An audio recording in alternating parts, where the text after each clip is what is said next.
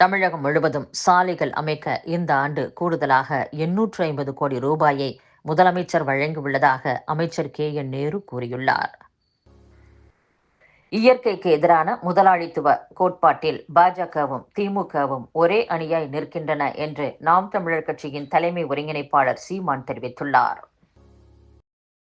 கோவில் உண்டியல் பணம் அனைத்தும் இந்து அறநிலையத்துறை அதிகாரிகளின் சம்பளத்திற்கே போகின்றது என்று பாஜக மூத்த தலைவர் ராஜா பேசியுள்ளார்.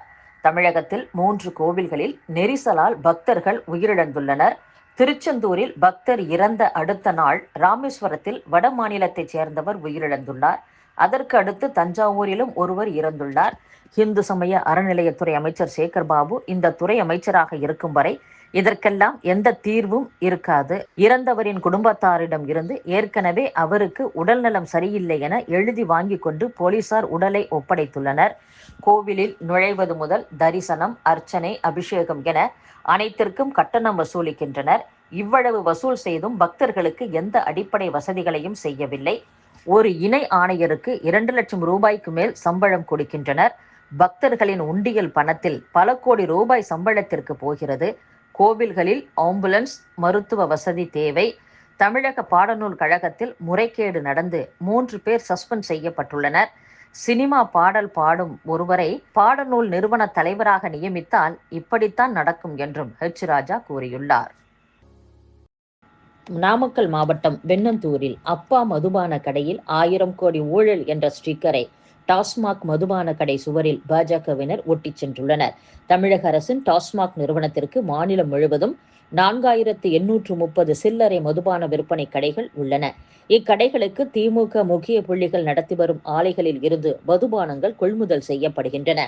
இவற்றில் குறிப்பிட்ட ஆலைகளில் சோதனை நடத்திய அமலாக்கத்துறை அதிகாரிகள் 1000 கோடி ரூபாய்க்கு ஊழல் நடந்திருப்பதாகவும் அதற்கான ஆவணங்கள் கைப்பற்றப்பட்டுள்ளதாகவும் அதிகாரப்பூர்வமாக அறிவித்தனர். இதையடுத்து சென்னையில் உள்ள அரசு மதுபான ஆலை தலைமை அலுவலகத்தை பாஜக மாநில தலைவர் அண்ணாமலை கடந்த 17ஆம் தேதி முற்றுகையிட முயன்றார். அவரை போலீசார் தடுத்து நிறுத்தி கைது செய்தனர். நேற்று நாமக்கல் மாவட்டம் வெண்ணந்தூர் பகுதியில் பாஜக சார்பில் ஸ்டிக்கர் ஒட்டப்பட்டது. நேற்று மாலை அந்த ஸ்டிக்கரை டாஸ்மாக் ஊழியர்கள் கிழித்து அகற்றினர். இதேபோல தமிழகத்தின் பல இடங்களில் பாஜகவினர் டாஸ்மாக் கடைகள் முன்பு ஸ்டிக்கர் மற்றும் போஸ்டர் ஒட்டி வருகின்றனர். இதையடுத்து தமிழகம் முழுவதும் டாஸ்மாக் கடைகளுக்கு போலீஸ் பாதுகாப்பு போட டிஜிபி அலுவலகத்தில் இருந்து உத்தரவு பிறப்பிக்கப்பட்டுள்ளது. இதற்கிடையே பாஜகவுக்கு போட்டியாக திமுகவை சேர்ந்தோரும் களமிறங்கியுள்ளனர். சங்கிகள் கவனத்திற்கு என தலைப்பிட்டு அண்ணாமலை சாட்டையால் அடித்துக் கொள்ளும் படத்துடன் கடையில் அரசு நிர்ணயித்த விலையை விட கூடுதல் விலைக்கு மது விற்பனை செய்வது இல்லை என அச்சிடப்பட்ட போஸ்டர்களை ஒட்டி வருகின்றனர். தமிழக பாஜக சார்பில் தேசிய கல்விக் கொள்கை, மும்மொழிக் கொள்கைக்கு ஆதரவாக சமக்கல்வி எங்கள் உரிமை என்ற கையெழுத்து இயக்க நிகழ்ச்சி சென்னையில் நடைபெற்று வருகிறது. இதற்காக பாஜக நிர்வாகிகள் வீடு வீடாக சென்று மக்களிடம் நேரடியாக கையெழுத்து பெறுகின்றனர். மேலும் புதிய கல்வி எனும் இணையதளம் வாயிலாக டிஜிட்டல் முறையிலும் கையெழுத்து பெறப்படுகிறது. வரும் மே மாதத்திற்குள் 1 கோடி கையெழுத்து பெற்று அதை ஜனாதிபதியிடம் வழங்க பாஜகவினர் திட்டமிட்டுள்ளனர். நேற்று வரை 20.33 லட்சம் பேரிடம் கையெழுத்துக்கள் பெறப்பட்டுள்ளன. 7.12 லட்சம் பேர் இணையதளம் வாயிலாகவும் 13.21 லட்சம் பேர் நேரடியாகவும் கையெழுத்திட்டுள்ளனர். இது குறித்து தமிழக பாஜக தலைவர் அண்ணாமலை வெளியிட்டுள்ள அறிக்கையில், நம் வருங்கால தலைமுறையினருக்கு தரமான, சமமான மும்மொழி கல்வி வேண்டும் என ஆர்வத்துடன் சமக்கல்வி கையெழுத்து இயக்கத்தில் பங்கேற்றுள்ள 20 லட்சத்திற்கும் அதிகமான மக்களுக்கு நன்றி என்று தெரிவித்துள்ளார். தமிழகத்தில் 11 இடங்களில் புதிதாக கலை மற்றும் அறிவியல் கல்லூரிகள் அமைக்க பட்ஜெட்டில் அறிவிப்பு வெளியான நிலையில் அவற்றுக்கான இடங்களை உடனே தேர்வு செய்யும்படி அந்தந்த மாவட்ட ஆட்சியர்களுக்கு உயர்கல்வித்துறை உத்தரவிட்டுள்ளது.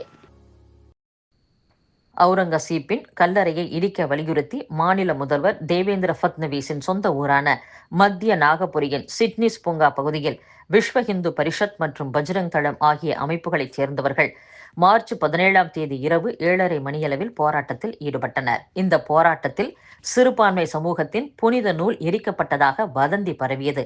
இதற்கு மற்றொரு அமைப்பினர் எதிர்ப்பு தெரிவித்தனர். மத்திய பிரதேசத்தில் உள்ள ஃபர்கான்பூர் நகரைச் சேர்ந்த ஒருவர் சமூக வலைதளத்தில் இஸ்லாமியர்கள் பற்றி சர்ச்சையாக பதிவிட்டதால் காவல்துறையினர் அவரை கைது செய்துள்ளனர்.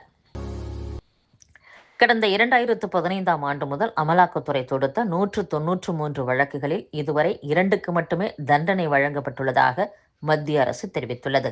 அரசியல் சார்பு அடிப்படையில் வழக்குகளை பதியவில்லை என்றும், நம்பகத்தன்மை வாய்ந்த ஆதாரத்தின் அடிப்படையில் மட்டுமே அமலாக்கத்துறை வழக்குகளை விசாரணைக்கு எடுத்துக்கொள்வதாகவும் மத்திய அரசு குறிப்பிட்டுள்ளது.